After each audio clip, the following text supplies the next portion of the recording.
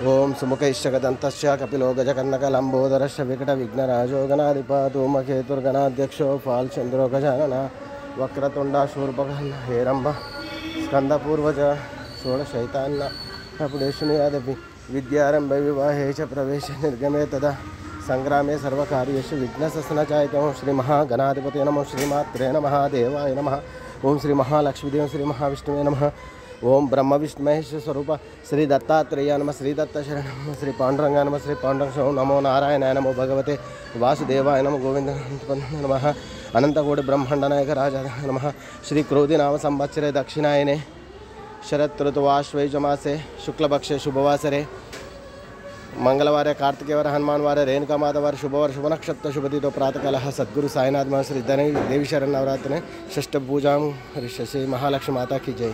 ओम आंजनेयाय विद्महे वायुपुत्राय तन्नो हनुमत् प्रचोदयात्। ओम मनोजवमार्ततुल्यवेगं जितेन्द्रियं बुद्धिमतां वरिष्ठं वातात्मजं वानरहितं मुख्यं श्रीरामदूतं शिरसनं। जय श्रीराम जय श्रीराम जय श्रीराम जय हनुमान दादा की जय। ओम आंजनेयाय विद्महे वायुपुत्राय तन्नो हनुमत् प्रचोदयात्।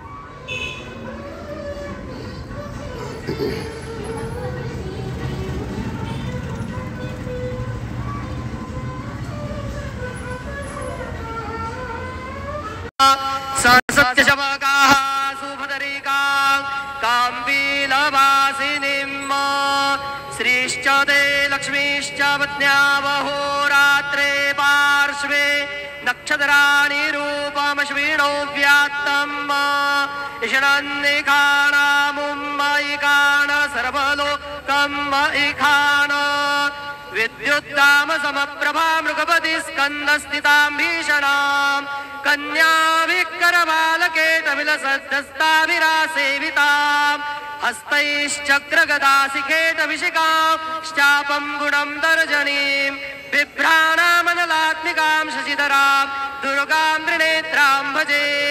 दुर्गे स्मृता हरसि भीतिमशेषजन्तोः स्वस्थै स्मृता मतिमतीव शुभान् ददासि।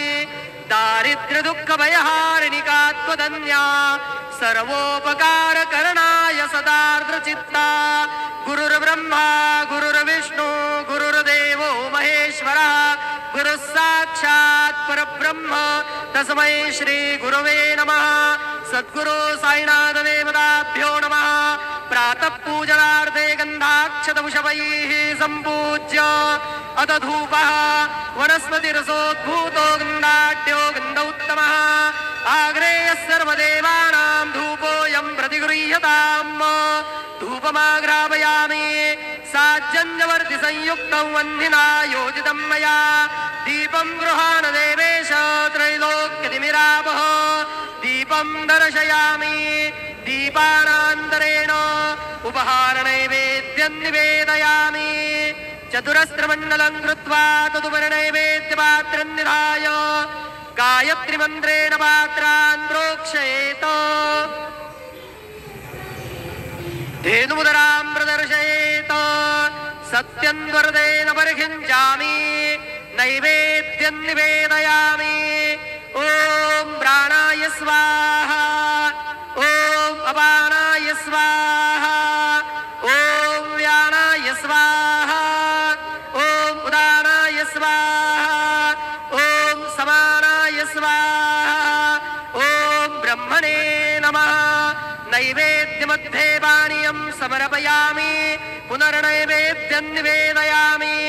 ॐ प्राणाय स्वाहा ॐ अपानाय स्वाहा ॐ व्यानाय स्वाहा ॐ उदानाय स्वाहा ॐ समानाय स्वाहा ॐ ब्रह्मणे नमः।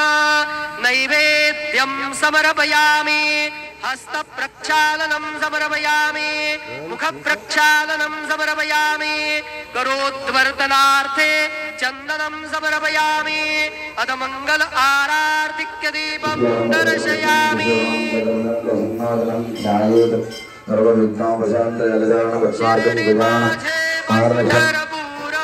साई बाबा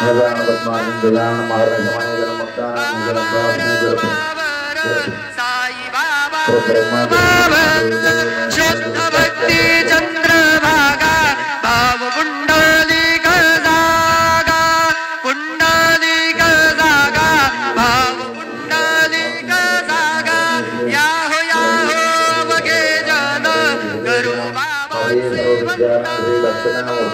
साई सेवंद गुरु बाबा सेवंद गुरु हरे बाबा साई नाम बाबा माझे आई बाबा माझे आई नाम बाबा माझे आई श्री सच्चिदानंद सद्गुरु साईनाथ महाराज की जय।